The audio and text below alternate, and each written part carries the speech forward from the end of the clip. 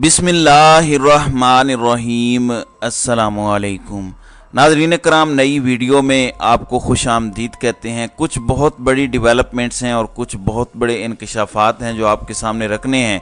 3-4 बड़ी अहम खबरें हैं। एक जानिब तो तोशा खाना के हवाले से बड़ी अपडेट है, इसके साथ ही साथ इमरान खान पर ऑफिशियल एक्ट लगाने की आपको पता है कि ऑलरेडी तैयारियां ज़ोरों शोर से जारी हैं। साइफर वाले मामले के अंदर ना सिर्फ ऑफिशियल सीक्रेट एक्ट बल्कि आर्टिकल 6 भी लगाना है। अब इस वक्त आर्मी एक्ट और ऑफिशियल सीक्रेट एक्ट, इसमें तब्दीली और बड़ी सज़ाओं के ऐलान के हवाले से जो कन्फर्मेशन आ चुकी है, यूँ लग रहा है कि ये सज़ाएं इमरान खान के लिए तजवीज़ की गई हैं। और स्पेसिफिकली जैसे इससे पहले एक नैब ऑर्डिनेंस सदर मुमलिकत आरिफ अलवी जब हज के लिए गए थे, पीछे सादिक संजरानी ने जारी किया, वो नैब ऑर्डिनेंस का डंडा भी इमरान खान पर ही चलाने का मंसूबा है। तो इस हवाले से बड़ी अहम डेवलपमेंट्स हैं। फिर जनरल बाजवा पर भी मौजूदा पीडीएम हुकूमत ने नया कहर ढाया है। इसके साथ ही साथ वज़ीर आज़म हाउस में थरथली और आर्मी चीफ के इस्तीफे के हवाले से बड़ी खबर है। ये मामला क्या है, माजरा क्या है, ये डिटेल भी आपके सामने रखनी है। कुछ दीगर अपडेट्स भी हैं। नाज़रीन कराम, सबसे पहले मैं आपको बता दूं कि मुस्लिम लीग नून के रहनुमा इरफान सिद्दीकी का कहना है कि अगस्त के आखिर तक नवाज शरीफ पाकिस्तान आकर इंतखाबी मुहिम की क़ियादत करेंगे। एक बयान में इरफान सिद्दीकी ने कहा कि पीटीआई के चेयरमैन अपनी सियासत के हाथों दफन हो चुके हैं।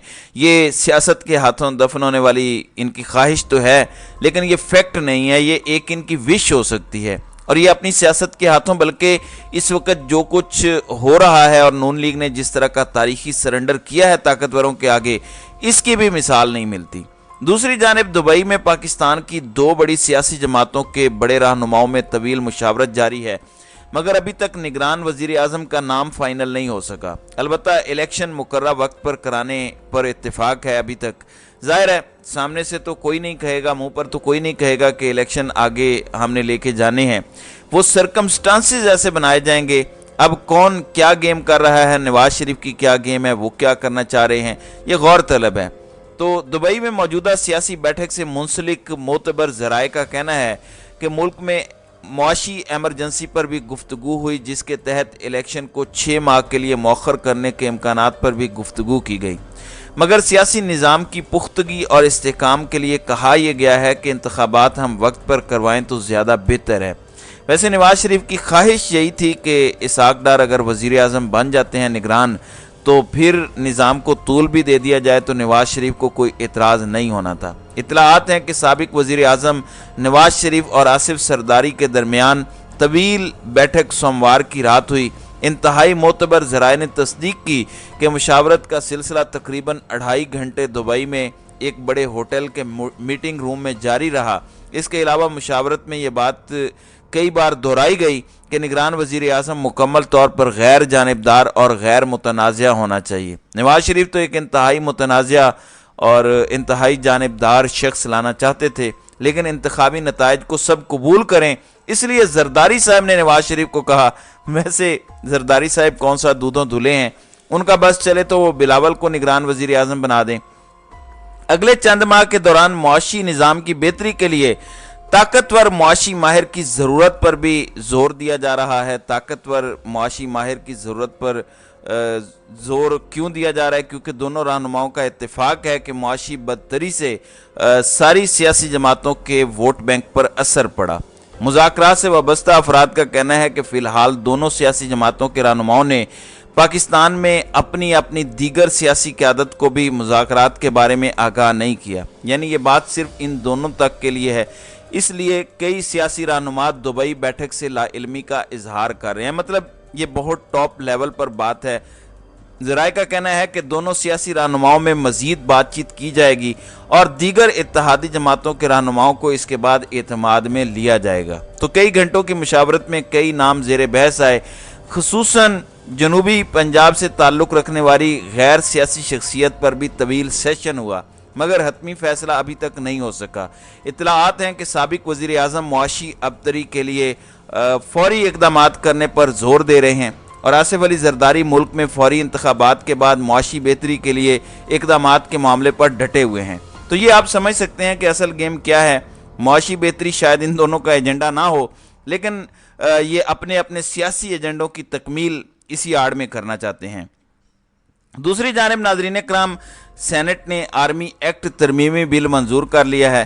چیئرمین سینٹ صادق سنجرانی کی سربراہی میں سینٹ کا اجلاس ہوا، جس میں وزیر دفاع خواجہ آصف نے آرمی ایکٹ ترمیمی بل منظوری کے لیے پیش کیا، جسے ایوان نے منظور کر لیا۔ آپ کو پتہ ہے کہ خان صاحب پر army act, official secret act اور اس طرح کی دیگر دفعات آلریڈی لگانے کی بات چیت ہوتی رہتی ہے۔ عمران خان کے ملٹری کورٹس میں ٹرائل کی بات آن دی ریکارڈ نیشنل ٹی وی پر بیٹھ کر رانا ثناء اللہ کر چکے ہیں۔ البتہ ان کی وہ خواہش ہی رہی، کیونکہ عمران خان کا ملٹری کورٹس میں ٹرائل شاید آخری قدم ہو، اور وہ آخری قدم کوئی اٹھانا نہیں چاہتا اور یہ وزن کوئی بھی برداشت نہیں کرنا چاہتا۔ خیر، بل کے متن کے مطابق سرکاری حیثیت میں ملکی سلامتی اور مفاد میں حاصل معلومات کے غیر مجاز انکشاف پر، یہ جملہ پھر سے میں ریپیٹ کرتا ہوں، ذرا غور سے سنیے گا، اس کا جو بھی مطلب نکل سکتا ہے، obviously بہت سے لوگ اس پر اپنا انالیسز کر رہے ہیں۔ بل کے متن کے مطابق سرکاری حیثیت میں ملکی سلامتی اور مفاد میں حاصل معلومات کے غیر مجاز انکشاف پر 5 سال تک سخت سزا دی جائے گی۔ آرمی چیف یا با اختیار افسر کی اجازت سے انکشاف کرنے والے کو سزا نہیں ملے گی۔ ترمیمی بل میں کہا گیا کہ پاکستان اور افواج پاکستان کے مفاد کے خلاف انکشاف کرنے والے سے آفیشل سیکرٹ ایکٹ اور آرمی ایکٹ کے تحت نپٹا جائے گا، یعنی پاکستان اور پاکستان کی افواج کے مفادات کے خلاف انکشاف اگر کوئی کرتا ہے تو اس کے حوالے سے بھی بل کے مطابق اس قانون کے متحد وہ شخص سیاسی سرگرمی میں حصہ بھی نہیں لے سکے گا۔ حساس ڈیوٹی پر تعینات شخص 5 سال تک سیاسی سرگرمی میں حصہ نہیں لے سکے گا، جبکہ سیاسی سرگرمی میں حصہ لینے پر پابندی کی خلاف ورزی کرنے والے کو 2 سال کی سزا سنائی جائے گی۔ اب باجوہ صاحب کی بھی کچھ خواہشات تھیں کہ وہ عملی سیاست کے اندر آئیں، اور پہلے فوجی کے لیے ٹائم فریم کم ہوتا تھا، لیکن اب صرف فوجی نہیں بلکہ حساس مقامات پر بھی اگر کوئی ڈیوٹی کر رہا ہے، فار ایگزامپل ISI کے اندر بہت سے سویلینز ہیں، حساس معاملات ہوتے ہیں، تو اس میں اب 5 سال کی سیاست پر پابندی ہے۔ یہ باجوہ صاحب اور فیض حمید پر کہر ڈھایا ہے۔ بل کے مطابق اس قانون کے متحد اگر کوئی خلاف ورزی کرتا ہے پابندی کی تو اسے 2 سال تک سزا ہوگی۔ بل کے مطابق الیکٹرانک کرائم میں ملوث شخص، اب یہ بھی بڑی اہم بات ہے، بل کے مطابق الیکٹرانک کرائم میں ملوث شخص جس کا مقصد پاک فوج کو بدنام کرنا ہو، اس کے خلاف الیکٹرانک کرائم کے تحت کارروائی ہوگی۔ بل میں مزید کہا گیا ہے کہ فوج کو بدنام کرنے یا اس کے خلاف نفرت انگیزی پھیلانے پر آرمی ایکٹ کے تحت 2 سال قید اور جرمانہ ہوگا، یعنی اگر فوج کو بدنام کیا جاتا ہے یا فوج کے خلاف نفرت پھیلائی جاتی ہے تو اس شخص پر بھی آرمی ایکٹ لگے گا، اور آرمی ایکٹ لگا کر اس شخص کو 2 سال کی سزا سنائی جائے گی۔ Now this is also something very big and this is also a very big development۔ اگر ہم دیکھیں اس میں بڑی بات یہ ہے کہ آرمی چیف کے حکم سے اگر کوئی معلومات دینا چاہے تو دے سکتے ہیں، ورنہ وزیر اعظم ہو کوئی بھی ہو اس پر آرمی ایکٹ کا اطلاق ہوگا۔ ایک جانب اس کی آڑ میں عمران خان کو پھنسانے کا پروگرام ہے، کیونکہ سائفر والے معاملے کو مد نظر رکھتے ہوئے یہ بل پاس کیا گیا ہے۔ دوسرا، وزیر دفاع اور وزیر اعظم جن کے متحد آرمی چیف ہوتا ہے، لیکن آرمی چیف کی اجازت سے انکشاف کرنے کی اجازت ہے، تو یہیں سے آپ اندازہ کر سکتے ہیں کہ متحد کو سربراہ پر حاکمیت کے حقوق کیوں دیے جا رہے ہیں۔ اب یہاں پر ایک اور خبر ہے، آپ کو پتہ ہے کہ عمران خان جب وزیر اعظم تھے تو اس وقت کے آرمی چیف اور ان کے درمیان اختلاف ہوا تھا، جب جنرل فیض حمید کو DG/ISI کے منصب سے ہٹا کر جنرل ندیم انجم کو DG/ISI لگایا گیا تھا۔ عمران خان نے اس پر بہت اعتراض کیا تھا، پھڈا پڑ گیا تھا، پھر کچھ انٹرویوز اور معاملات ہوئے۔ اب کامران یوسف نے ایک سٹوری کی ہے ایکسپریس ٹریبیون میں، when general Bajwa resigned, basically general Bajwa کے حوالے سے پہلی مرتبہ کچھ نئے انکشافات سامنے آئے ہیں، اور اکتوبر 7، 2021 میں عمران خان کے پرنسپل سیکرٹری کو ایک ارجنٹ کال آئی، اور دوسری سائٹ پر کوئی اور نہیں بلکہ اس وقت کے army chief general Qamar Javed Bajwa تھے۔ انہوں نے کہا کہ میں نے بات کرنی ہے عمران خان سے۔ انہیں یہ بتایا گیا کہ پرائم منسٹر صاحب ایک میٹنگ میں ہیں۔ جنرل باجوہ نے فوری طور پر جو بم شیل ایک گرایا جس نے عمران خان کی حکومت کو پینک میں پہنچا دیا، انہوں نے کہا کہ tell the prime minister that I am resigning, جا کے بتا دیں پرائم منسٹر کو کہ میں ریزائن کر رہا ہوں، اور 1 ہفتہ ہے آپ کے پاس نیا آرمی چیف لگانے کا۔ आजम खान उन्हें कहते रहे कि ऐसे ना करें सर, तो बाजवा साहब ने फ़ोन ही रख दिया, हैंग कर दिया। फिर कहा जा रहा है कि बहुत से टॉप कमांडिंग अफसरान आर्मी चीफ के पास आ गए और उन्होंने आर्मी चीफ को कन्विंस करना शुरू किया कि आप ऐसा ना करें। इस पर प्राइम मिनिस्टर ऑफिस में पैनिक में था। तो ये चीज़ें पहली दफ़ा पब्लिक की जा रही हैं। उन्होंने ये दावा किया है। वैसे मुल्क के सारे मामलात हल हो जाते अगर खान साहब वो इस्तीफ़ा कबूल कर लेते। खान साहब अब ये सोचते होंगे, लेकिन बाजवा साहब के फिर इस तरह से मामलात अफवाह तफहीम से हल हुए। फिर आपको पता है कि बाजवा साहब ने जो अपॉइंट किया था DGISI, वही मामला हुआ, वही सब कुछ हुआ।